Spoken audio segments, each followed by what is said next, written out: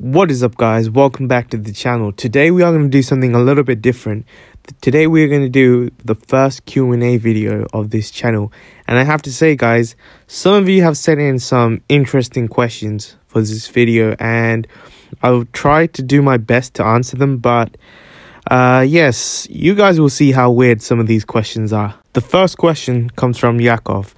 Now, Yakov asked me, how old are you? Now, instead of telling you guys my age, I'll tell you how many weeks I am. I am 1,044 weeks. Now, you guys could Google that up and see how old I am through there. The second question comes from Tango. Tango asked me, when is collab with Gay Weeb? Now, I think you're talking about Mysterious Weeb there. We currently do not have anything planned for the moment. We've done collabs previously. I think it was 2 collabs we did on his channel, so nothing is currently planned, but I do have some collabs in mind, but that is towards the end of the video. You guys are going to be pretty excited to see what happens with collaborations after the tournament between Kengan and Purgatory ends. The next question comes from J9, and J9 asks me, do you think that during the 2-year time skip that Ohma learned some Kure Clan techniques? Now, J9, I think that's very possible that he could have learned a few techniques from Ryan or Hollis. But the thing with Kure techniques is that they're supposed to be secretive. And we know that Kure Aereo was very annoyed when Lu Qian was able to use the removal, and it's very unlikely that Ohma was taught any techniques, but I think he might have learned something on the sly, and we might see him use some kind of Kure technique during his match in the Kengan vs Purgatory tournament. The next question is from Pavel. Now, Pavel has asked me what's my favorite anime/manga. Now, my favorite anime is most likely Hunter x Hunter. I just absolutely love the entire world of Hunter x Hunter and the characters that are in Hunter x Hunter as well. My favorite manga, now that's a hard one. So when it comes to manga, I base it on 3 things. The first one is the art. If the art is good, I am hooked. Second one is the storyline. The storyline has to be good. And the third is the protagonist. It matters a lot how good the protagonist is within the manga. And I can't tell you from the top of my head which one's my favorite. I could name you a few that I really love reading or I have read. So one would probably be Attack on Titan. Another one will be One Punch Man. Kengan as well is one of my favorites. And Record of Ragnarok I do like quite a lot as well. Leo 3, I think that's how you say it. He asks, why do you review Kengan Raws? Just wait for the translations. Now, the reason why I translate Kengan Raws is because I am luckily enough able to read some kanji, well, translate kanji. And I think that a lot of people do enjoy the fact that I do translations early on than anyone else. I think I'm the first person to do them. And yeah, that's why I do Kengan translations before everyone else, because I understand that Kengan has a lot of hype behind fights, and I really want to let people know what's going on so they understand. That's why I do them before the translations come out. Now we go back to Tengu. Now, Tengu has asked me 3 different questions here.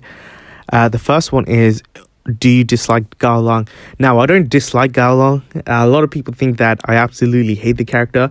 I don't hate him. I just think that a lot of people do overhype him within the Kengan verse, and I think that he is a decent fighter, but against some other high level fighters where people will match Gaolang winning against, say, people like Wakatsuki. Sometimes people say Gaolang could beat Ohma, and I'm just there like, no, I don't think that's the case. And then from that, people like, oh, this guy hates Gaolang.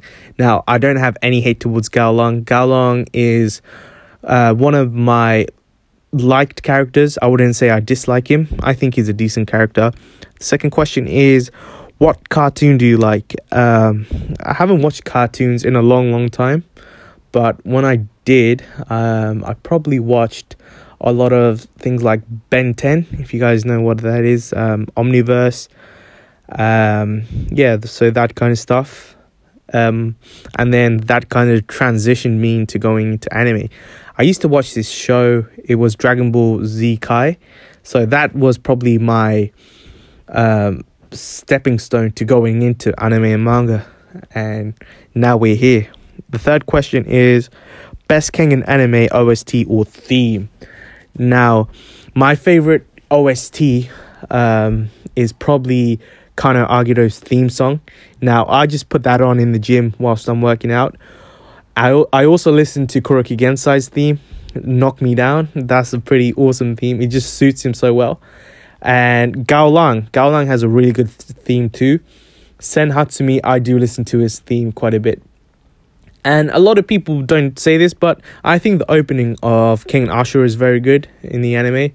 And a lot of people need to give it a little bit more credit than it has at the moment. The next question, this is one of the weird ones. Would you rather be EDP or Jeffrey Epstein? Now, I don't know why you'd ask this, but I wouldn't want to be either of them in my lifetime, as those two are really, really despicable people in this world right now. And yeah, neither of them, my guy.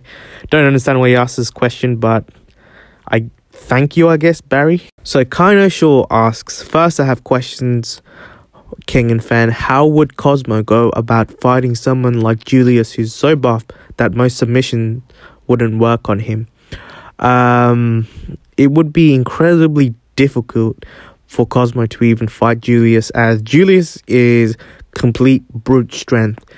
And for Cosmo to even grapple onto him, it would be near enough impossible. The only way I see Cosmo even being able to land attacks is by fully trying to blind Julius so he can't see anything, and then going for hit and run techniques. And I'm sure he would have to land quite a lot of hits before he could knock Julius down, as Julius is a tank, absolute machine. So that's the only way I see Cosmo being able to fight Julius. King Diff asks, do you like Misk and Weeb? I think they always copy your content. Misk and Mysterious Weeb, they're pretty decent guys. I've spoke to them a lot throughout this year. I think I've known Weeb since last year, and he's a pretty nice guy. Misk is also a really nice guy. Me and him share a lot of interests together. Now, I don't think either of them copy any of my content. They normally do their own stuff. Haven't come across anything that they copy me in. But even if they did, I wouldn't mind much, as, you know, we're all in the same boat here. We're all primarily Kengan YouTubers, and I don't really mind if they were to copy any of my content. It's, you know, it's okay. I would take it more as a compliment if they were to copy my content. I've seen people take my thumbnails and post it as their own, and also even take my videos and kind of scrub out what I'm saying and then just put subtitles over what they're saying. But I don't have any problems with that. I take that as a compliment, as I did a good job on the video. So yeah, I really don't mind. Even I don't think they copy my content, but even if they did, I wouldn't mind much. Now, Gamer Doggo asks, please say, you sussy bata.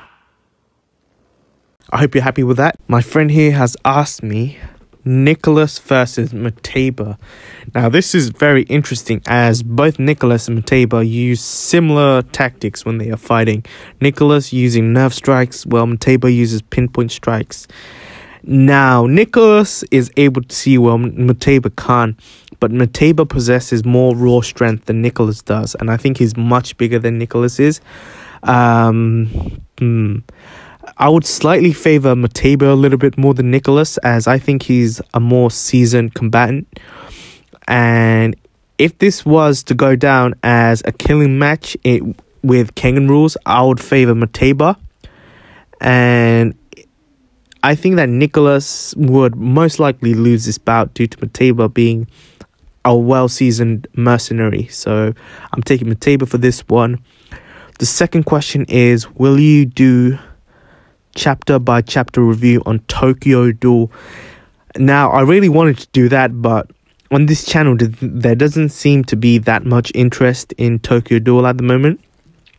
I am helping in translating the current chapters that are out right now. I think there are around 39 9 chapters that are out. We've currently only worked on 4 so far that we have translated.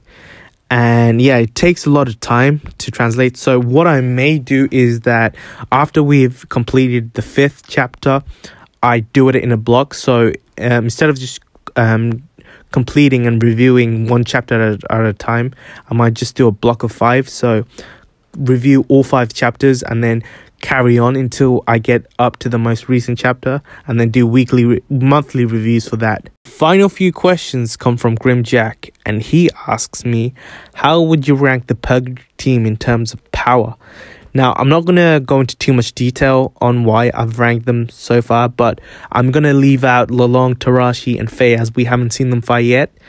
But at number 1, I would have Liu Chan. Number 2, I would have Jirota. Number 3, Knight and Monkbat. Number 4, Toa.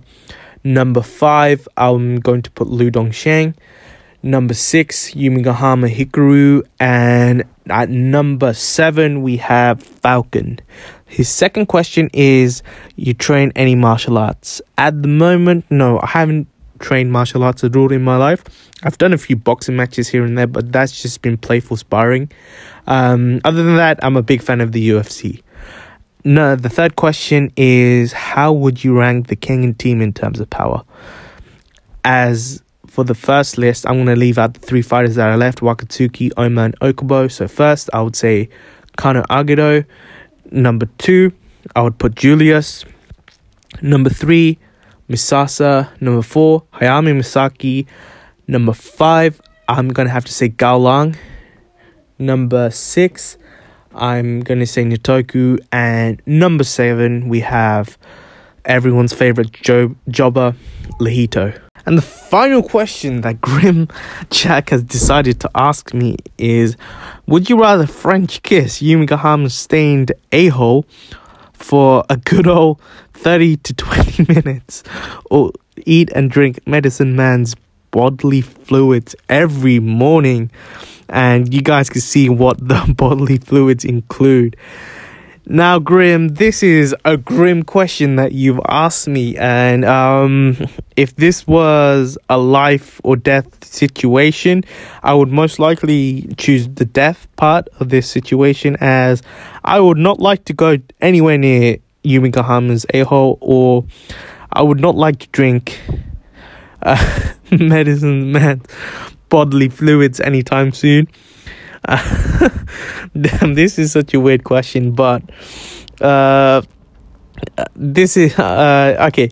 Say if I was forced to do it, I think I would take the first scenario rather than the second scenario, as the second scenario says it's a morning technique, so I would not choose the second scenario. So the first scenario seems a bit better than the second scenario and yeah, so the first scenario, it is, I am not going anywhere near the second scenario. Thank you guys for tuning into this video. So we had some weird and wacky questions. Some of these questions were pretty good, but overall, it was enjoyable to do this video. I am planning to do these kind of videos off topic, maybe once every 3 months. So if you guys have any questions for another Q&A in 3 months, or if you guys enjoyed the video, please leave a comment down below and I will get back to you